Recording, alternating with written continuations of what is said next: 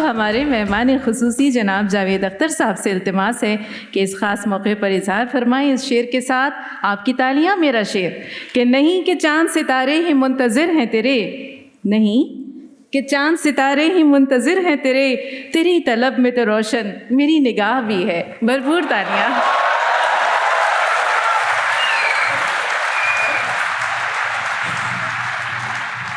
अब मैं क्या कहूँ इन खातून से सिवाय इसके कि बड़ी देर की मेहरबान आते आते जी। संजीव सराफ साहब, मोअज़्ज़िज़ हाज़रीन जलसा, मैं बहुत बहुत मुबारकबाद देता हूँ। मैं जब यहाँ आया तो मैं ज़रा, मुझे कुर्सी पे बैठने में ज़रा थोड़ा सा एक तकल्लुफ़ हुआ और मैंने दरख्वास्त की कि अगर मुझे आप दो एक कुशन दे दें। तो जब वो आ रहे थे कुशन तो मैंने पहली लाइन में देखा, मैं नाम नहीं लेना चाहता, उन्होंने मुस्कुरा के और हैरत से देखा कि क्या कर रहे हैं भैया, क्यों कर रहे हैं, इनका प्रॉब्लम क्या है। प्रॉब्लम मैं आपसे अर्ज़ कर देता हूँ क्या, उसके बाद उर्दू के बारे में बात करेंगे। कुछ कुर्सियाँ और सोफ़े ऐसे होते हैं कि जिन पे आप पीछे टिक के बैठे तो मगरूर लगते हैं और आगे बैठे तो लगता है नौकरी मांगने आए। तो ये भी उन्हीं में से है। बहरहाल आप सबको बहुत बहुत मुबारक हो। संजीव साहब आपको खुसूसन मुबारक हो, और हम सब आपका शुक्रिया अदा करना चाहते हैं, तमाम लोग, कोई शक नहीं। एक अजीब चीज़ है, साइंस का एक उसूल है कि खला कहीं नहीं रहता है। एक बहुत बड़ा खला था। हुआ ये कि पिछले कई दहाइयों में हिंदुस्तान में हमारे माशरे, हमारे समाज में तरक्की नहीं हुई, ऐसा नहीं है, बहुत तरक्की की हमने। 1947 के बाद ये मुल्क वो था कि जो सुई नहीं बना पाता था। आज आप देखिए कि दुनिया के जो 11 बड़े इंडस्ट्रियलाइज मुल्क हैं उनमें से एक हिंदुस्तान हमारा मुल्क भी है, मामूली बात नहीं है। मैं जब बचपन में मेरे घर में और हम खाते पीते लोग थे तो एक मर्फी रेडियो था, एक बिजली की इस्त्री थी, ये 2 मशीनें हमारे पास थी और एक ऊषा का फ़ैन था। आज वरना हमने मशीन नहीं देखी थी कोई। आज आप एक एवरेज घर देखिए तो उसमें कितना सामान, कैसा कैसा सामान मिलता है एक मुतवस्सित दर्जे का मिडिल क्लास के घर में। तरक्की बहुत की, इसमें कोई शक नहीं। जो मिडिल क्लास थी वो तो सोच भी नहीं सकती थी कार के बारे में, जैसे आज मिडिल क्लास प्राइवेट प्लेन के बारे में नहीं सोच सकती, उस तरह कार हमारे ख्याल से, हमारे तसव्वुर से भी बाहर थी। आज मिडिल क्लास के 5 आदमियों के पास 2 गाड़ियाँ होती हैं। तो ये तरक्की बहुत हुई। लेकिन हुआ क्या, हमसे एक ज़रा सी भूल हो गई कि इस तरक्की में, और ये जो अंग्रेज़ी में एक चीज़ कहते हैं ग्रेवी ट्रेन पकड़ने के चक्कर में, बहुत सा सामान हमारे प्लेटफॉर्म पर रह गया, छूट गया पीछे। वो सामान था अदब, ज़बान, शायरी, दीगर फ़नून, दूसरे आर्ट्स। यहाँ से ध्यान हट गया। हमने अपने बच्चों को वो पढ़ाया और उनसे ज़िद की कि वो पढ़ो, वो सीखो, जिससे तुम पैसा कमा सको। कोई भी चीज़ जो बैंक में नहीं रखी जा सकती हो वो किसी काबिल नहीं है। ये हमने शऊरी या लाशऊरी तौर पे अपनी जनरेशन को बताया। हमारे निसाब में, हमारे सिलेबस में, हमारे घरों में इन चीज़ों को ज़रा बालाए तक रख दिया गया। पोइट्री, लिटरेचर, नावल, फिक्शन, ये इनकी क्लासिकल आर्ट्स, म्यूज़िक, हिंदुस्तान की म्यूज़िक, ये दुनिया का एक मुल्क है जहाँ 2 स्कूल हैं क्लासिकल म्यूज़िक के, मगर इन्हें गैर अहम समझा गया कि ये एक तज़िया औकात है, अपना बेकार वक्त ज़ाया करने की चीज़ें।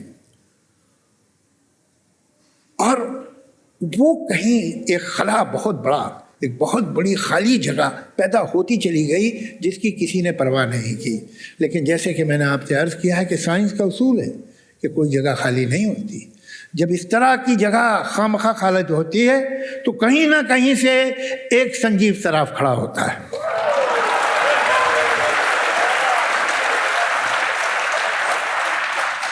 और जो दूसरों के करने का काम था वो अपने सर पे उस जिम्मेदारी को ले लेता है। आज हिंदुस्तान में एक इंस्टीट्यूशन है रख्ता, जो दुनिया की सबसे बड़ी उर्दू की साइट है।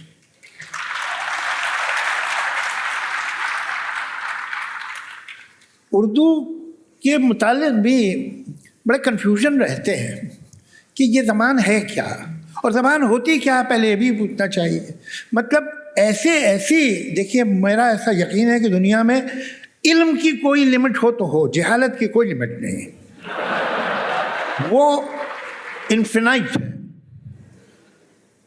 मुझे एक पढ़ी लिखी खातून थी बॉम्बे में, उन्होंने मुझसे पूछा था, और बड़ी मासूमियत से और शराफत से पूछा था, जावेद ये उर्दू तो बाबर के साथ आई थी ना? तो मैंने कहा हाँ, सेम घोड़े पे बैठी थी, वो आगे बैठा था, पीछे बुर्का पहने बैठी हुई थी। कुछ किसी को पता ही नहीं, कोई जानते ही नहीं है। हम गज़ल की बात, गज़ल क्या है जानते ही नहीं, उर्दू क्या है, ज़बान क्या होती है, ज़बान होती क्या है, लैंग्वेज, एनी लैंग्वेज। क्या लैंग्वेज अपनी स्क्रिप्ट है? यहाँ पर बहुत से लोग बैठे हैं जो पंजाब से ताल्लुक़ रखते हैं। पंजाबी गुरमुखी में लिखी जाती है, पंजाबी देवनागरी में लिखी जाती है, पंजाबी फ़ारसी रस्मुल ख़त जैसे उर्दू का है उसमें भी लिखी जाती है, मगर वो पंजाबी ही रहती है। सड़क पे आप जा रहे होते हैं, बोर्ड लगा होता है KUCH HOTA HAI, कुछ होता है, तो ये ऐसे लिखा है, तो क्या ये अंग्रेज़ी है? अंग्रेज़ी तो नहीं है, तो स्क्रिप्ट तो नहीं है लैंग्वेज, तो फिर क्या वोकेबलरी है लैंग्वेज? जो उसके अल्फाज है वो लैंग्वेज है। अच्छा चलिए देखते हैं।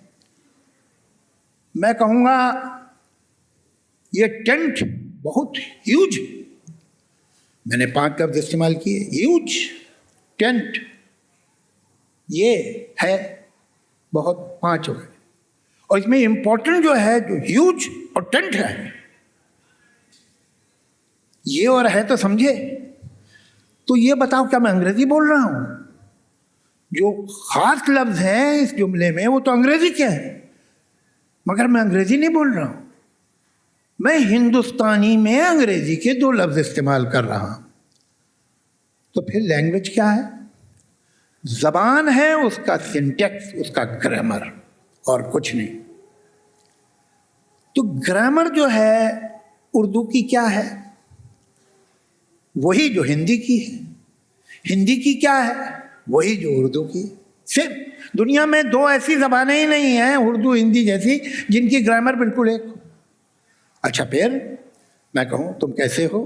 मैं अच्छा हूँ। तुम कहाँ जा रही हो? भूख लग रही है, पानी पियोगे? मुझे तो घर जाना है। ये क्या है? उर्दू है, हिंदी है। वो आदमी जिसे लिखना पढ़ना नहीं आता, और टचवुड आजकल भी बहुत लोग हैं जिन्हें लिखना पढ़ना नहीं आता है, तो वो अगर ये बोल रहा है तो ये क्या बोल रहा है? ये उर्दू बोल रहा है कि हिंदी बोल रहा है? मुझे तो उर्दू के बारे में एक बड़ी दिलचस्प बात मैंने नोट की है रिसेंटली, कि जब तक आपकी समझ में आ रही है तब तक आप समझते हैं ये हिंदी है, जब समझ में आना बंद होती है कहते ये उर्दू है।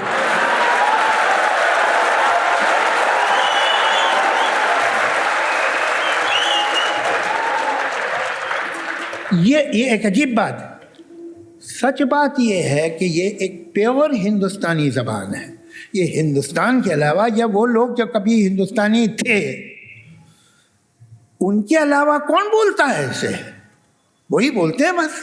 और डायस्पोरा में भी जो हिंदुस्तानी गए हैं, और वो पाकिस्तानी जो आज से 75 साल पहले तक हिंदुस्तानी थे, उनकी औलादें वो बोलते हैं।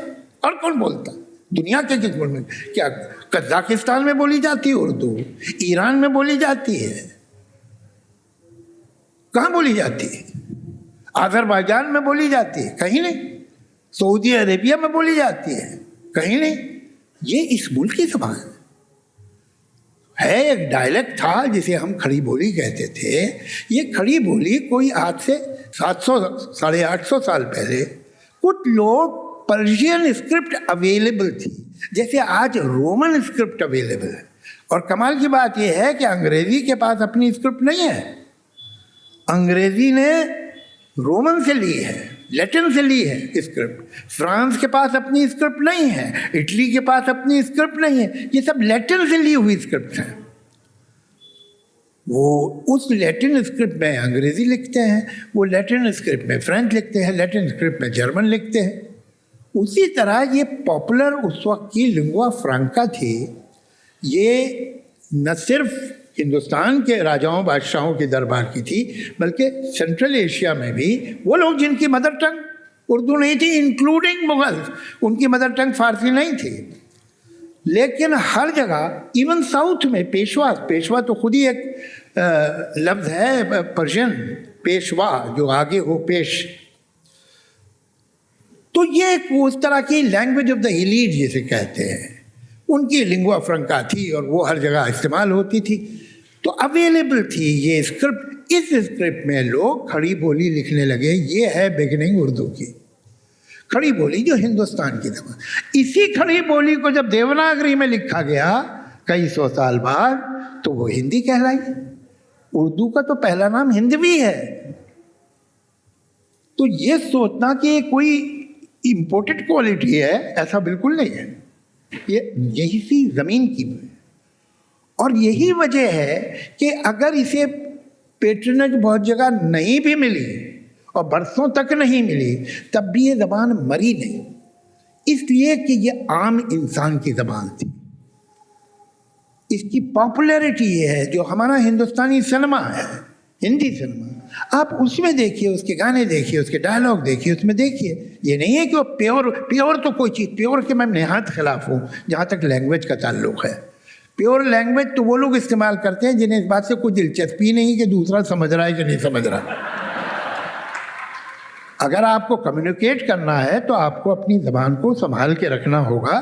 ऐसे शब्द लेने होंगे, ऐसे लफ्ज़ लेने होंगे जो सबकी समझ में आते हों।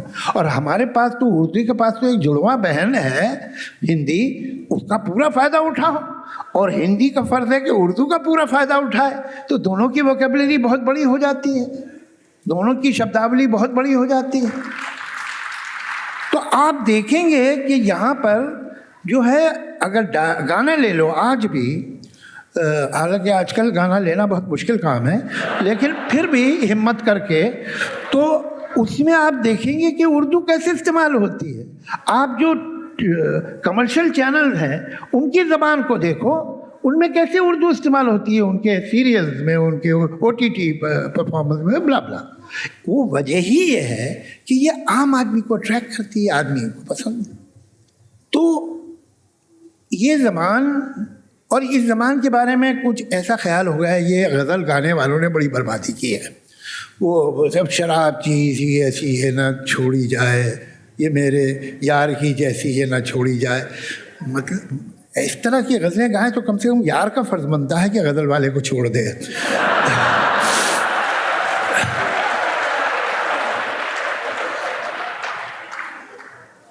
जो हिंदुस्तानी शायरी के वो यही समझते हैं उर्दू शायरी का मतलब है शमा, परवाना, मैं खाना और वो शराब पे है, ये गलत ख्याल है।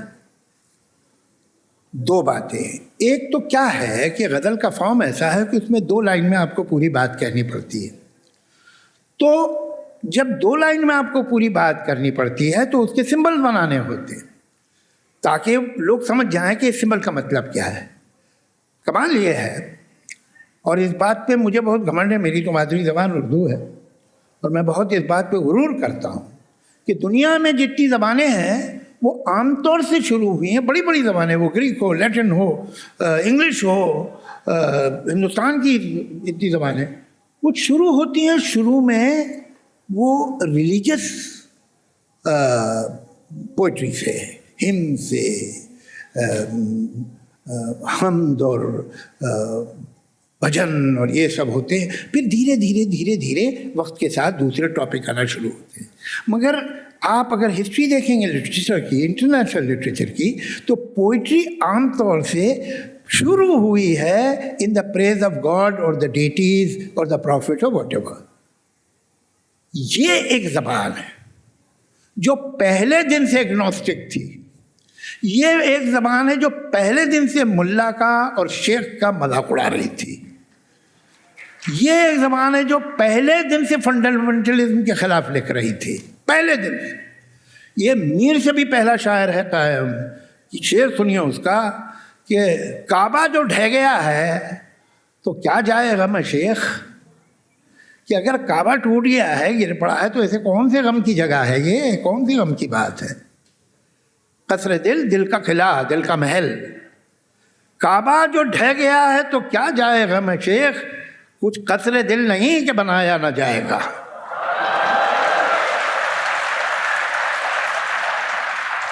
अब देखिए, निजात का मतलब है मोक्ष, कि भाई आपको जब मोक्ष मिलेगा तो अब ये दो तरह के लोग हैं, जो हिंदू होते हैं वापस आ जाते हैं, जो मुसलमान हैं उधर ही रह जाते हैं, तो जन्नत या दोज़ख में।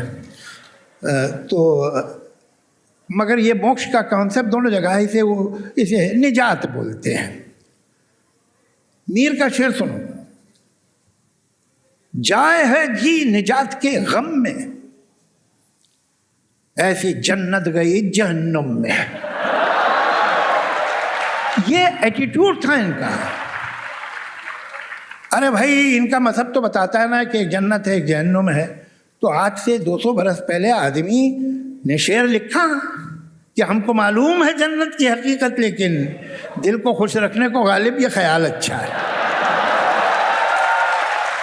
कमाल की बात यह है कि 200 बरस पहले उसने यह शेर लिखा और दाद पाई और हम तक पहुंचाया गया वो शेर। आज कोई ऐसी बात कह देता तो फतवा हो जाता है, हम उल्टे जा रहे हैं, लेकिन उर्दू उल्टी नहीं जा रही।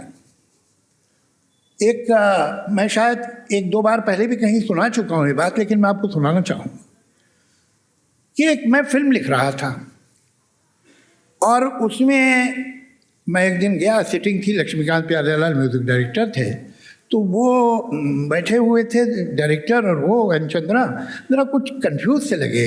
तो हाँ, मैंने कहा भाई क्या है अगली सिचुएशन, ट्यून व्यून बताइए। क्या हम लोग आजकल ज़्यादातर क्या होता है कि ट्यून पहले बनती है फिर उस पर गाने लिखे जाते हैं। वो कैफ़ी साहब ने कहा है कि ये ऐसे ही है जैसे कब्र पहले खोद ली जाए फिर मुर्दा ढूंढा जाए, तो इसमें भी यही होता है। तो मैंने पूछा क्या बात है आप लोग, कुछ कल वही एक सिचुएशन है, वो असल में क्या था निकल आई थी, अब समझ में। हमने बताओ भाई क्या, हाँ नहीं वो है असल में क्या। तो मैं भाई इतना घूमने फिरने की ज़रूरत नहीं, खुल के बताइए। लेकिन वो हम लोग सोच रहे थे कि यहाँ एक कृष्ण की आरती आ जाती तो बड़ा अच्छा था। तो मैंने कहा ठीक है, उसमें मसला क्या है, आप मुझे ट्यून कैसेट पे दे दीजिए, मैं देखता हूँ करता हूँ कोई। तो उन्होंने बड़े आधे यकीन के साथ ये क्या लिख पाएगा कृष्ण की आरती, मुझे दे दिया। मैं अगले दिन पहुंचा, मैंने उनसे कहा कि आपने जो दी थी मुझे ट्यून, वो आरती की ट्यून नहीं थी, वो एक गाने की ट्यून थी। मैंने वो तो उस पर सब लिख दिया है, लेकिन आरती में एक क्रेसेंडो होता है, आरती ऊपर उठती है, अपने क्लाइमेक्स तक जाती है। आपने वो ट्यून में मुझे दिया ही नहीं, वो मैंने अपनी तरफ से लिख दिया है, आप इसकी ट्यून बना लीजिएगा।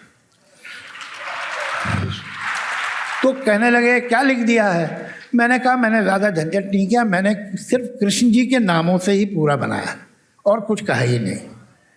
तो कहें सुनाइए, तो मैं आपको सुनाता हूँ। वो कृष्ण कन्हैया मुरलीधर मनमोहन कान मुरारी है, गोपाल मतोहर दुख भंजन घनश्याम अटल बनवारी है।